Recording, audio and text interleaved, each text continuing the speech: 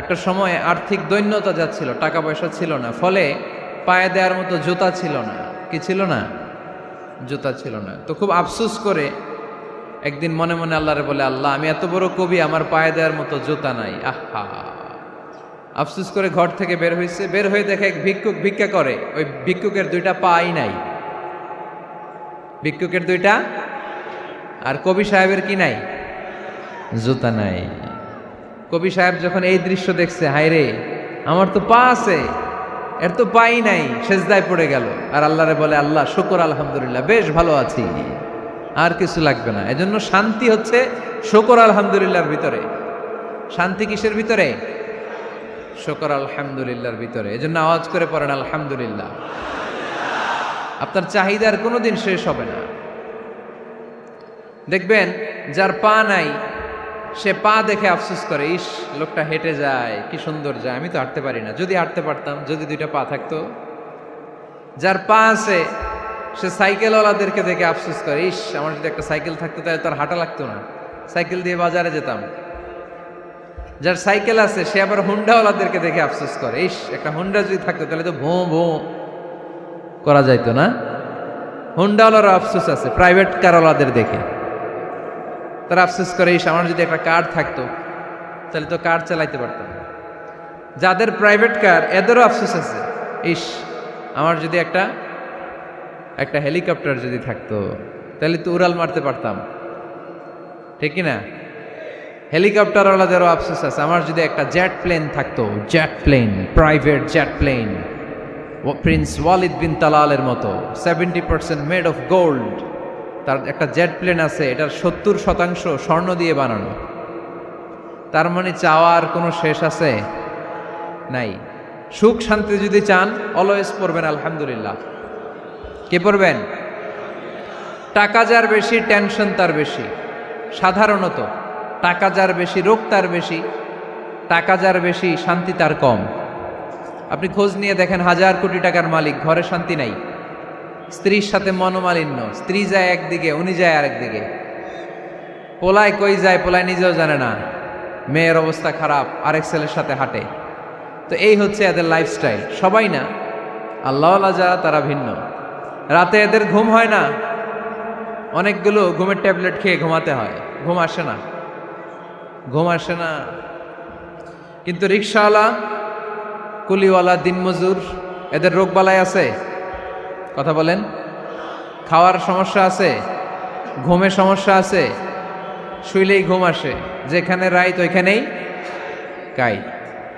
ঘুমাইতে দেরি, নাক ডাকতে দেরি হয় না, ওর নাকের ডাকের আওয়াজে ট্রাকের ইঞ্জিনও ফেল। শান্তির ঘুম। এই জন্য সবসময় শান্তি খুঁজতে হবে। কি খুঁজবো? শান্তি দেওয়ার মালিককে।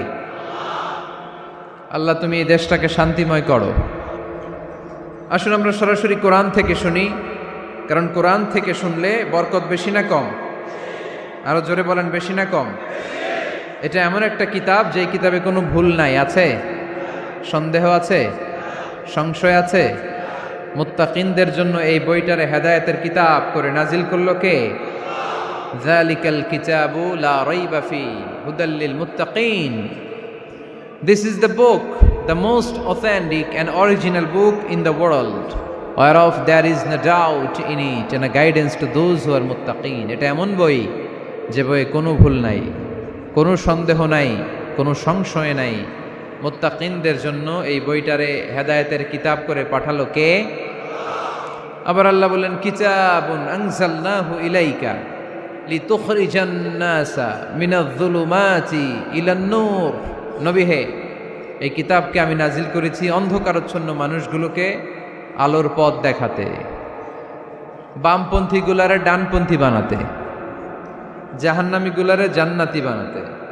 এই কিতাব যদি কেউ পড়ে সে মানুষের মতো মানুষ হয়, ওই মানুষ কখনো অন্যায় করে না। এই কিতাব যে পড়ে এবং মানে, এই কিতাবের শিক্ষাকে যে নিজের মধ্যে ধারণ করে, সে কখনো মিথ্যা বলে না, মা বাবার সাথে বেয়াদবি করে না। ওই আলোকিত মানুষটা কখনো টেন্ডারবাজি করে না, চাঁদাবাজি করে না, দুর্নীতিতে চ্যাম্পিয়ন হয় না, ক্যাসিনো ব্যবসায় নামে না। এই কোরআন যারা বুকে ধারণ করে এরা কোনোদিন পেঁয়াজের দাম বাড়ায় না, জোরে বলেন ঠিক কিনা? এরা কখনো তাদের কোনো কাজে জনমানুষের ক্ষতি করে না, এরা সব সময় কল্যাণের পক্ষে, এরা মানবতার পক্ষে, এরাই হচ্ছে আলোকিত মানুষ, ঠিক কিনা? মানুষ হওয়া পৃথিবীতে বড় কঠিন। খালি চোখে যা দেখেন এগুলো মানুষ না, এগুলো জনসংখ্যা। এগুলো কি? এজন্য বলা হয় বাড়ছে জনসংখ্যা, কমছে মানুষ। বাড়তেছে কি, কমতেছে কি? মানুষ। গরুর পেট থেকে বেরোলেই ওটা গরু হয়ে যায়, ছাগলের পেট থেকে বেরোলেই ওইটা ছাগল হয়ে যায়, মুরগির পেট থেকে বেরোলেই ওইটা মুরগি, কিন্তু মানুষের পেট থেকে বেরোলেই ওটা মানুষ হয় না, ওটার মানুষ বানাইতে হয়, তাই না? আবার গরুকে কেউ কোনোদিন বলে না এই তুই গরুর মতো গরু হ, বলে? শরীয়তপুরে আপনারাও বলেন না? ছাগলরে কেউ কোনোদিন বলছে এই তুই ছাগলের মতো ছাগল হ, কিন্তু মানুষকে বলা হয় তুমি মানুষের মতো মানুষ হও। কোরআন পড়লে মানুষের মতো মানুষ হওয়া যায়, ঠিক কিনা? এই দুনিয়া এখন তো আর সেই দুনিয়া নাই, মানুষ নামের মানুষ আছে দুনিয়া বোঝাই, সেই মানুষের ভিড়ে আমার আসল মানুষ নাই, ঠিক কিনা? আসল মানুষের বড় অভাব, মানুষের মতো মানুষ খুঁজে পাওয়া দুষ্কর। এই কোরআন এসেছে আমাদেরকে মানুষের মতো মানুষ বানাতে। এজন্য এই কোরআন থেকে শুনলে লাভ না লস? কোরআনের সাথে আমাদের সম্পর্ক বাড়াতে হবে, প্রতিদিন কোরআন তেলাওয়াত করতে হবে। আপনারা করেন? হ্যাঁ, আজকে করছেন কারা কারা দেখি? মাশাআল্লাহ মাশাআল্লাহ, হাত নামান। প্রতিদিন যেন আমরা পড়ি, আর যারা এখনো শিখতে পারি নাই তারা যেন শিখে নেই। কোরআন পড়া যেমনি সওয়াবের, কোরআন শোনাও তেমনি সওয়াবের, ঠিক কিনা? কোরআন শুনলে রহমত নাজিল করে কে? ওয়াইদা কুরিআল কুরআন ফাসতামিউ লাহু ওয়া আনসিতু লাআল্লাকুম তুরহামুন। যখন কোরআনের তেলাওয়াত করা হয় মনোযোগ দিয়ে শোনো, তোমাদের উপর রহমত নাজিল করবে কে? এজন্য কোরআন পড়া, কোরআন শোনা সবটাই জরুরি। আমরা যেন কোরআনের সাথে আরো বেশি সম্পর্ক গাঢ় করতে পারি, কোরআনকে যেন আমরা আমাদের বন্ধু বানাতে পারি। আল্লাহ তুমি তৌফিক দাও। আর জোরে পড়েন আমিন। আজকে আমরা সূরাতু আর রহমান থেকে কথা শুনবো ইনশাআল্লাহ। পড়েন। এই সূরাটা মুখস্থ আছে কার কার? ও, অনেকেরই তো মুখস্থ, হাত নামান। এই সূরাটা যদি মুখস্থ নাও থাকে, এই সূরার মধ্যে এমন একটা আয়াত আছে এইটা সবার মুখস্থ, ঠিক কিনা? ফাবিআইয়ি আলা রাব্বিকুমা তুকাদ্দিবান, আমার কোন নেয়ামতকে তোমরা অস্বীকার করবে। এই আয়াতটা সবার মুখস্থ আছে না নাই? মজার ব্যাপার হলো এই আয়াতটা আল্লাহ তাআলা এই সূরার ভেতরে একবার, দুইবার, 5 বার, 10 বার নয়, 31 বার উল্লেখ করেছেন। কয়বার? 10 বার বললেও তো হইতো, 20 বার বললেও তো হতো, 31 বার বললেন কেন? তার মানে এটা জরুরি, এটার সিগনিফিক্যান্স, তাৎপর্য অনেক বেশি। যে জিনিস যত গুরুত্বপূর্ণ এটা বারবার বলতে হয়, ঠিক কিনা? এজন্য আল্লাহ তাআলা বারবার বলেছেন, বারবার আমাদেরকে সচেতন করেছেন। ফাবিআইয়ি আলাই রাব্বিকুমা তুকাদ্দিবান, আল্লাহ বলেছেন এই মানব জাতি আর জিন জাতি আমার কোন নেয়ামতকে তুই অস্বীকার করবি বল। কোন নেয়ামতকে অস্বীকার করবেন বলেন? আল্লাহর কোন নেয়ামতকে অস্বীকার করার কোন সুযোগ আছে? ওয়া ইন তাউদ্দু নি'মাতাল্লাহি লা তুহসুহা ইন্নাল ইনসানা লাযালুমুন কাফার। যদি আমার নেয়ামতগুলো গুনতে শুরু করে দাও, গুনতে গুনতে তোমার জীবন শেষ হয়ে যাবে, হায়াত ফুরিয়ে যাবে। আমি আল্লাহর নেয়ামত গুনে কশিনকালেও তোমরা শেষ করতে পারবে। সাগরের জল যদি কালি হয়ে যায়, গাছের পাতা যদি খাতা হয়ে যায়, সাগরের জল নামক কালি দিয়ে গাছের পাতা নামক খাতার উপরে যদি আল্লাহর প্রশংসা লিখতে শুরু করে দেন, আল্লাহ বলে গাছের পাতাও ফুরিয়ে যাবে, সাগরের জলও ফুরিয়ে যাবে, কিন্তু আমার প্রশংসা করে তোমরা শেষ করতে পারবে না। এজন্য আল্লাহর প্রশংসা করতে হবে বেশি বেশি নাকি কম কম? কম কম না বেশি বেশি? ফাবিআইয়ি আলাই রাব্বিকুমা তুকাদ্দিবান, আমার কোন নেয়ামতকে তোরা অস্বীকার করবি বল। ও mankind and jinnkind, which of my mercy and blessings you want deny? আমার কোন নিয়ামতকে অস্বীকার করবি? অস্বীকার করার সুযোগ আছে? নাই। আল্লাহর হাবিব সাল্লাল্লাহু আলাইহি ওয়াসাল্লাম এই সূরাটাকে বড্ড পছন্দ করতেন। সাহাবাদেরকে একবার তিনি এই সূরাটা তেলাওয়াত করে শোনালেন। সাহাবারা চুপচাপ, ঠিক যেমন এখন আপনারা চুপচাপ। আল্লাহর হাবিব বললেন, ও সাহাবারা, তোমরা তো এই সূরা শুনে চুপ করে বসে আছো, কিন্তু তায়েফের ময়দানে জিনদের কাছে এই সূরাটা আমি তেলাওয়াত করেছিলাম, তারা কিন্তু চুপচাপ বসে থাকে নাই। যতবার আমি ফাবি আইয়ি আলা'i রাব্বিকুমা তুকাযিবান পড়েছি, এই আয়াতের বিপরীতে তারা উত্তর দিয়েছে, কারণ এই আয়াতটা একটা প্রশ্ন। It's a question from your Lord to mankind and jinnkind. এটা আল্লাহর পক্ষ থেকে মানব জাতি এবং জিন জাতির কাছে রেখে দেওয়া একটা প্রশ্ন। ফাবি আইয়ি আলা'i রাব্বিকুমা তুকাযিবান, আমার কোন নিয়ামতকে অস্বীকার করবি তুই? আল্লাহর কোন নিয়ামত অস্বীকার করার কোনো ক্ষমতা আমাদের আছে? নাই, অসম্ভব। এজন্য এটা একটা প্রশ্ন। আল্লাহর হাবিব বললেন, ও আমার প্রাণের সাহাবারা, তোমাদের সামনে যখন সূরা আর রহমান তেলাওয়াত করলাম তোমরা চুপচাপ, কিন্তু তায়েফের ময়দানে যখন জিনদের কাছে তেলাওয়াত করেছি তখন তারা চুপচাপ থাকে নাই। যতবার আমি ফাবি আইয়ি আলা'i রাব্বিকুমা তুকাযিবান তেলাওয়াত করেছি, প্রত্যেকটা আয়াত শেষে এই প্রশ্নের উত্তর তারা দিয়েছে। সুবহানাল্লাহ পড়েন। যতবার এই আয়াতটা পড়েছি প্রত্যেকবার এই আয়াত শেষে তারা প্রশ্নের উত্তর দিয়েছে। তারা প্রত্যেকবার বলেছে, লা বিশাইইম মিন নিআমিকা রাব্বানা নুকাযযিবু ফালাকাল হামদু। আল্লাহ, তোমার কোন নেয়ামত অস্বীকার করার কোনো সুযোগ নাই, সব প্রশংসার মালিক তুমি। আবার যখন এই আয়াতটা আমি পড়েছি আবার উত্তর দিয়েছে, আবার আমি পড়েছি আবার উত্তর দিয়েছে। এরকম একবার নয়, দুইবার নয়, 5 বার নয়, 10 বার নয়, 31 বার এই আয়াতটা তেলাওয়াতের পর পর জিনেরা এই আয়াতের উত্তর আমার সামনে দিয়েছে। সুবহানাল্লাহ পড়ো। লা বিশাইইম মিন নিআমিকা রাব্বানা নুকাযযিবু ফালাকাল হামদু। We cannot deny any of your mercy and blessings. All praises to you. All praises to you. সব ক্ষমতার মালিক একজন, চিল্লায় বলতে হবে, তিনি কে? তিনি হচ্ছেন আল্লাহ। সূরাতু আর রহমান, সূরার নাম কি? আরো জোরে বলেন। কোরআনের 55 নম্বর সূরা এটা। কত নাম্বার? আয়াত আছে 78টা। কয়টা? সূরাটা মাক্কি সূরা। কি সূরা? এবার প্রশ্ন করি, উত্তর দেন। এই সূরাটা কোরআনের কততম সূরা? 55। আয়াত কয়টা? 78টা। মাক্কি না মাদানী? মাশাআল্লাহ, এই তো আপনারা উত্তর করতে পেরেছেন। এই সূরাটার একটা চমৎকার নাম আছে।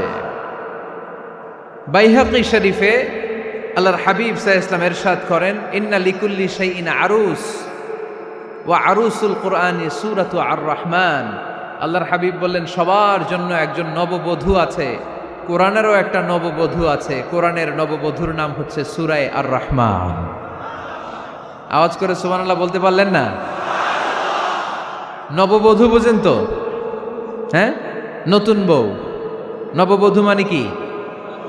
আল্লাহর হাবিব বললেন, ইন্না লিকুল্লি শাইইন আরুস ওয়া আরুসুল কুরআনি সূরাতু আর রহমান। সবার জন্য একটা নববধূ আছে, কোরআনেরও একটা নববধূ আছে। কোরআনের নববধূর নাম সূরা আর রহমান। নববধূ যেমনি বাসর রাতে হাতে পায়ে আলতা মেখে, বেনারসি শাড়ি পরে, লিপস্টিক দিয়ে, খোপায় ফুল দিয়ে, জুয়েলারি পরে, অর্নামেন্টস পরে, মেকআপ করে, পার্লারিং করে তার স্বামীর জন্য ওই রাতে সে নিজেকে উজাড় করে সাজায়, ঠিক কিনা?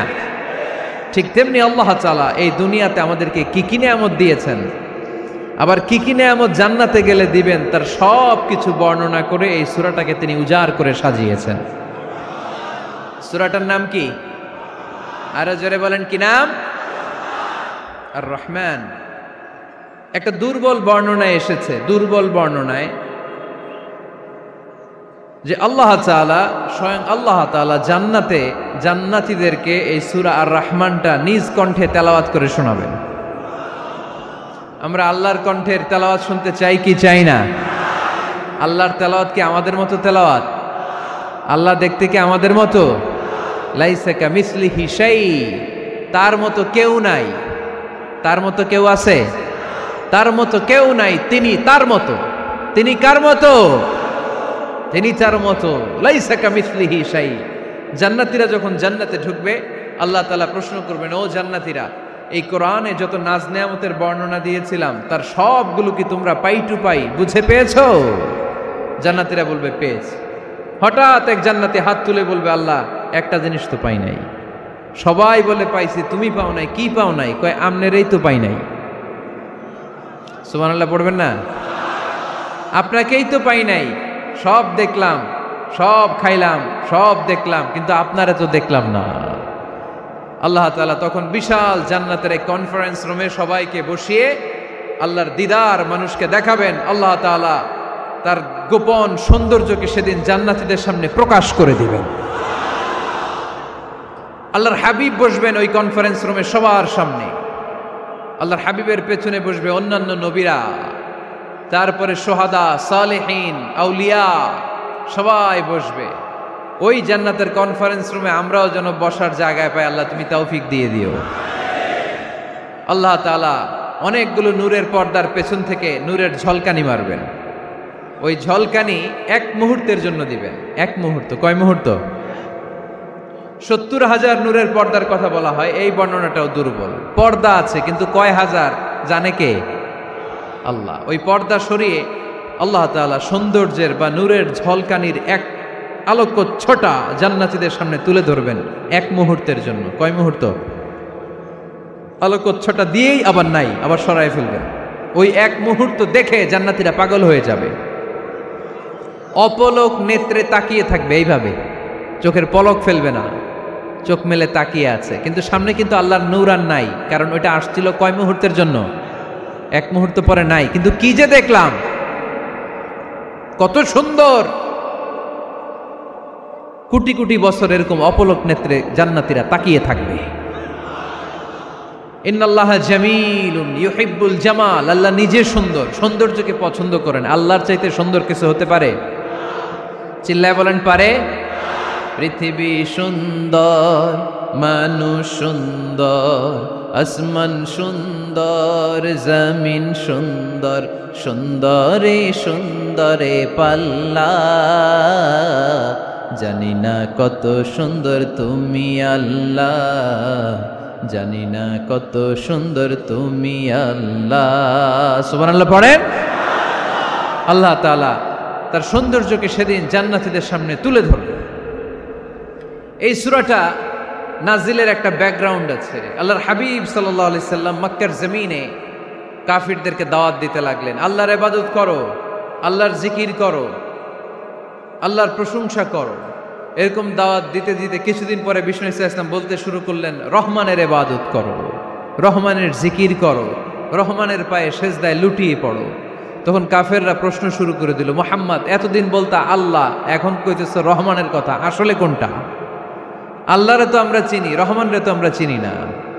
আল্লাহর দাওয়াত দিচ্ছ, আল্লাহর গুণগান গাইছ, আল্লাহকে আমরা চিনি জানি, কিন্তু রহমানটা আবার কে? সে আবার কবে আসলো, কোত্থেকে আসলো, কবে থেকে আছে, কতদিন থাকবে? রহমানরে তো আমরা চিনি না। ওরা রহমান চিনে না। এজন্য আল্লাহ তাআলা রহমানকে চিনায় দেওয়ার জন্য আর রহমান নামে একটা সূরাই নাজিল করে দিলেন। وَإِذَا قِيلَ لَهُمُ اسْجُدُوا لِلرَّحْمَنِ قَالُوا وَمَا الرَّحْمَنُ। যখন তাদেরকে বিশ্বনবী বললেন রহমানের পায়ে সেজদা দাও, রহমানের জন্য সেজদায় লুটিয়ে পড়ো, ক্বালু ওয়ামার রহমান, তারা বলল রহমানটা আবার কে? রহমান কে? আল্লাহ চিনি, রহমানরে তো চিনি না। এখন রহমানকে এটা চিনানোর দরকার আছে না নাই? রহমানকে এটা চিনানোর জন্য আল্লাহ তাআলা আর রহমান নামে কোরআনে একটা সূরা নাজিল করলেন। চিল্লায় পড়েন আল্লাহু আকবার। কাফেরদেরকে জানানোর জন্য রব্বুল আলামিন সূরাত আর রহমান নাজিল করলেন আর বললেন, আর রহমান আল্লামাল কুরআন খলাকাল ইনসান আল্লামাহুল বায়ান। দয়াময় রহমান শেখালেন কোরআন, বানালেন ইনসান শেখালেন বায়ান। দয়াময় রহমান শেখালেন কোরআন, বানালেন ইনসান শেখালেন বায়ান, দয়াময় রহমান শেখালেন কোরআন। বানালেন ইনসান শেখালেন বায়ান, দয়াময় রহমান শেখালেন কোরআন। বানালেন ইনসান শেখালেন বায়ান। আল্লাহু আকবার। আল্লাহ বলেন রহমান রে চিনো না? আর রহমান আল্লামাল কোরআন, খলাকাল ইনসান আল্লামাহুল বায়ান। আমি হলাম রহমান, আমি দয়াময়, আমি মেহেরবান। আমার দয়ার কোনো শেষ নাই, আমার মায়ার কোনো শেষ নাই। আমার দয়া ভালোবাসা ছাড়া এই পৃথিবীতে কোনো কিছু হওয়া সম্ভব। ওসিআত রাহমাতি কুল্লা শাই, সব জায়গায় আমার আল্লাহর রহমত আছে না নাই?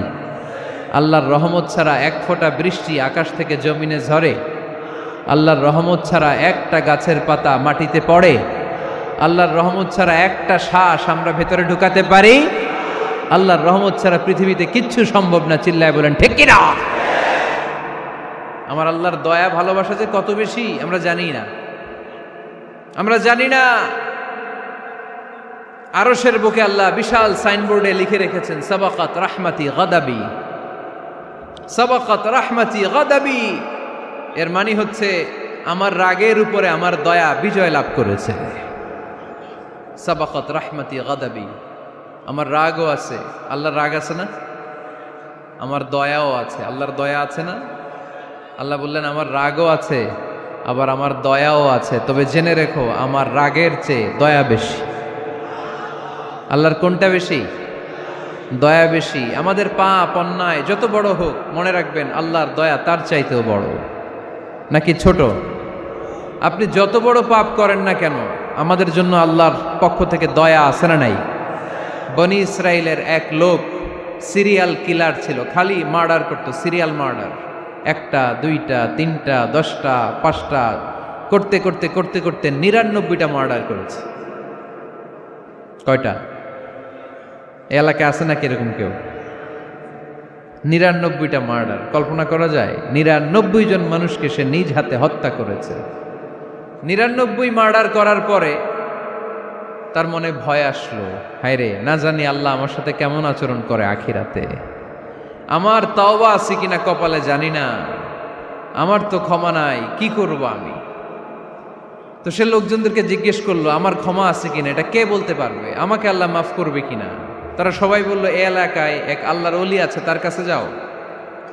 সে আল্লাহর ওলির কাছে যেয়ে বলে, ও আল্লাহর ওলি, আমি 99টা হত্যা করেছি, 99টা মার্ডার, আমার কপালে ক্ষমা আছে কিনা তুমি একটু বলো। আল্লাহর ওলি কই, কি বললা? 99টা মার্ডার? হায় হায় সর্বনাশ, তোর কোনো ক্ষমা নাই।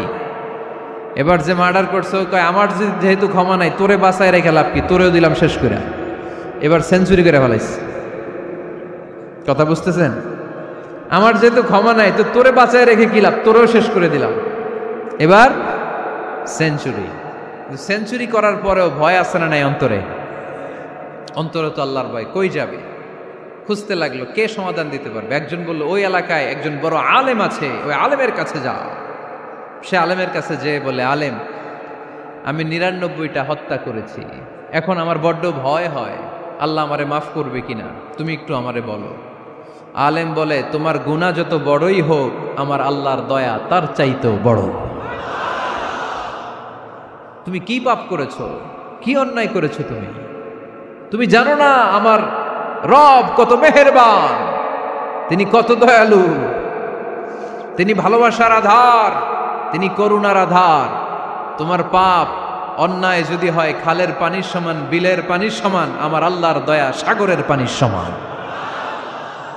তোমার পাপ আর অন্যায় যদি হয় পাহাড়ের সমান, আমার আল্লাহর ভালোবাসার দয়া হচ্ছে আকাশের সমান।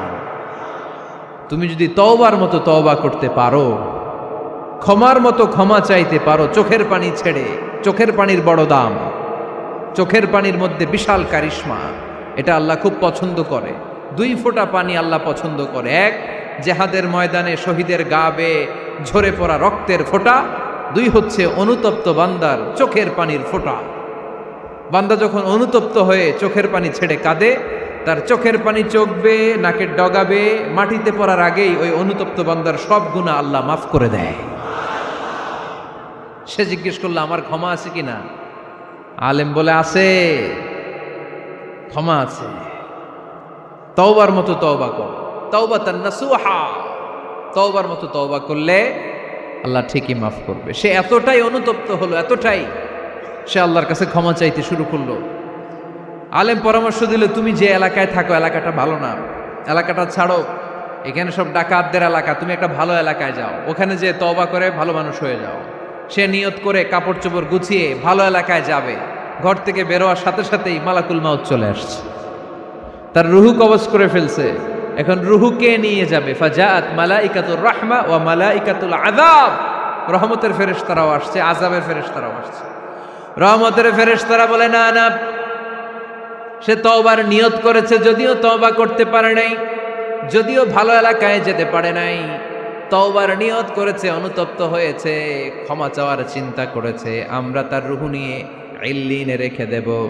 আযাবের ফেরেশতারা বলে না না, ৯৯টা হত্যা করার পরে আরো একটা হত্যা করে সেঞ্চুরি করেছে, এখনো তো ভালোভাবে তওবা করতে পারে নাই, তার রুহুটা নিয়ে আমরা সিজ্জিনের ভেতরে ঢুকায়ে দেব। দুই দল ফেরেশতার মারামারি, এ বলে আমরা নিব, এ বলে আমরা নিব। ঝগড়া আছে না নাই?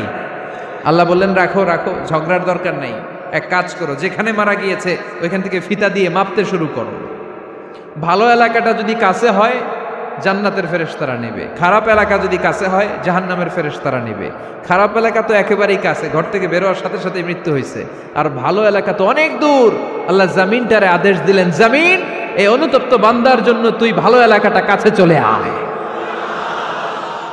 ভালো এলাকাটার জামিনটা তুই সংকুচিত হয়ে যা, যদিও ঘর থেকে বের হয়েছে একেবারে কাছে, খারাপ এলাকা হাজার হাজার মাইল দূরে চলে যা। ফিতা দিয়ে মাপ দিয়ে দেখে, সর্বনাশ, ভালো এলাকাটা তো একেবারেই কাছে, খারাপ এলাকাটা অনেক দূরে। আল্লাহর ফয়সালা অনুযায়ী রহমতের ফেরেশতারা তার রূহকে নিয়ে জান্নাতের ভেতরে ঢুকিয়ে দিয়েছে। ৯৯টা হত্যা করার পরে আরো একটা হত্যা করে সেঞ্চুরি, ১০০টা খুন করছে। আপনি কয়টা করছেন? আমি কয়টা করছি? তো ১০০টা খুন করে যদি ও মাফ পেতে পারে আমার আল্লাহর কাছ থেকে, আমরা কি ক্ষমা পেতে পারি না? ওর পাপের কাছে আমাদের পাপ কি? কয় ওয়াক্ত নামাজ ছাড়ছেন আপনি? কয়টা মিথ্যা কথা বলছেন? কতবার ঘুষ খাইছেন? কত টাকা সুদে লাগাইছেন? কত অন্যায় করছেন? কত জুলুম করেছেন? মনে রাখবেন, আপনার পাপ, আপনার অন্যায়, আপনার জুলুম যত বড় হোক না কেন, আমার আল্লাহর দয়া তার চাইতেও বড়। এজন্য আল্লাহ নিজের পরিচয় দিয়ে বললেন, আর রহমান আল্লামাল কুরআন খালাকাল ইনসান আল্লামাহুল বায়ান। আমি রহমান, আমি দয়ার সাগর। আমি কি?